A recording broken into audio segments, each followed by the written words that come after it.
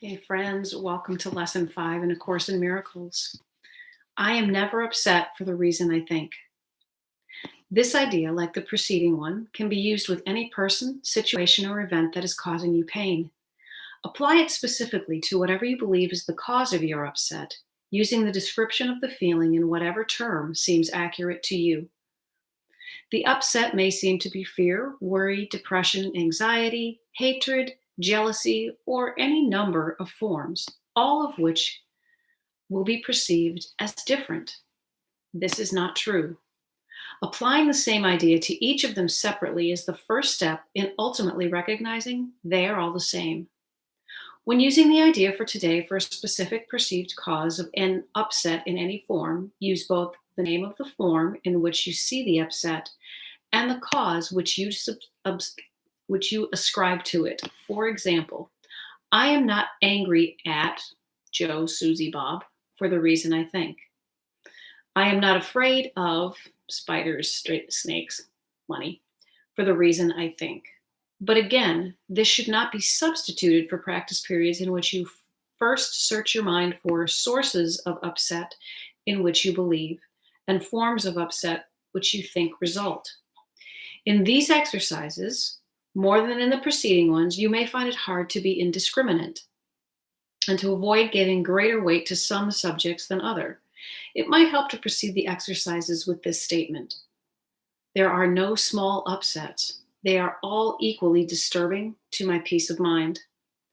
Then examine your mind for whatever is distressing you, regardless of how much or how little you think it is doing so. You may also find yourself less willing to apply today's idea to some perceived sources of upset than to others. If this occurs, think first of this. I cannot keep this form of upset and let the others go. For the purposes of these exercises, then, I will regard them as all the same. Then search your mind for no more than a minute or so and try to identify a number of different forms of upset that are disturbing you, regardless of the relative importance you may give them. Apply the idea for today to each of them using the name of both the source of the upset as you perceive it and of the feeling as you experience it. Further examples are, I am not worried about X for the reason I think. I am not depressed about the relationship for the reason I think. 3 or 4 times during the day is enough. That's the end of lesson 5. I am never upset for the reason I think.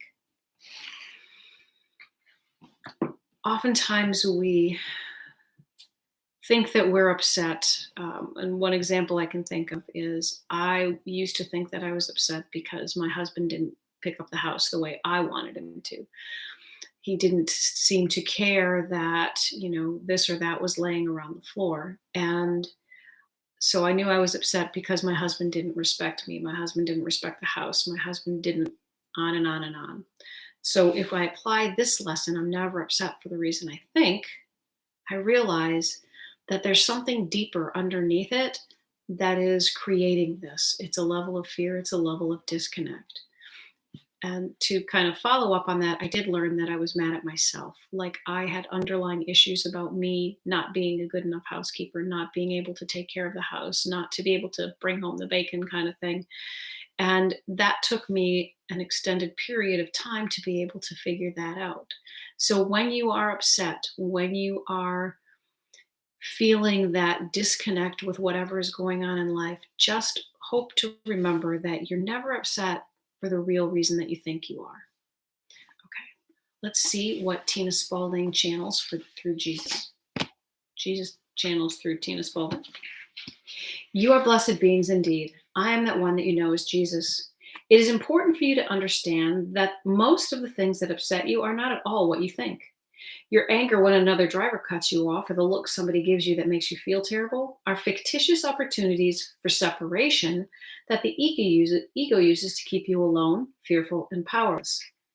When you begin to understand how your mind affects your feelings affect your behavior, and your behavior affects your life, you will understand the importance of this mind training program. Some people do not like that phrase, so I want to address it. You have been in a deeply convoluted mind training program for your whole life through your cultural and religious teachings, school systems, and television. All these are mind training programs. Many of your behaviors do not come from a place of free will and choice.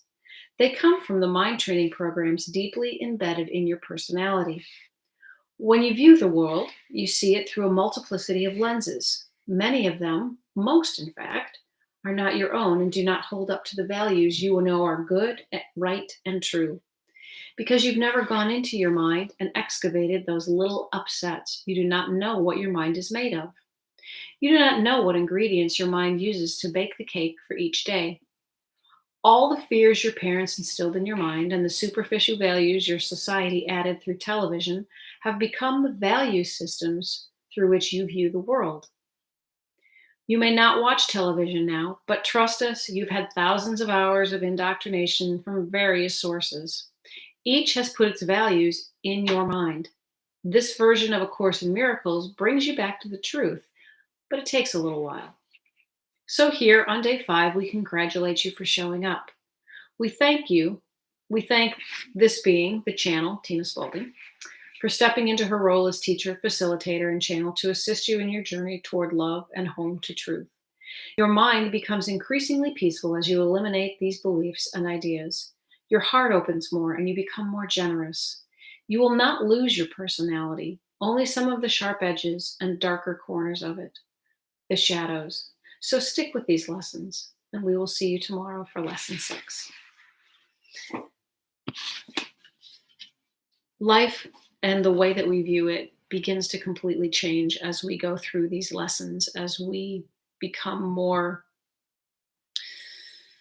aware of all of the old movies, all of the old tapes that we've been playing in our head, and how we have truly been molded into a certain value system. And oftentimes our dismay with life stems from the fact that that value system is not in alignment with the truth of our values.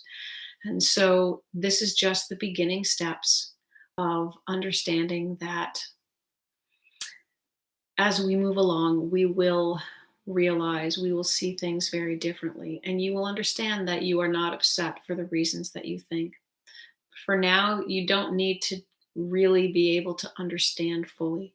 Get the general concept and practice. I'll see you tomorrow. Bye.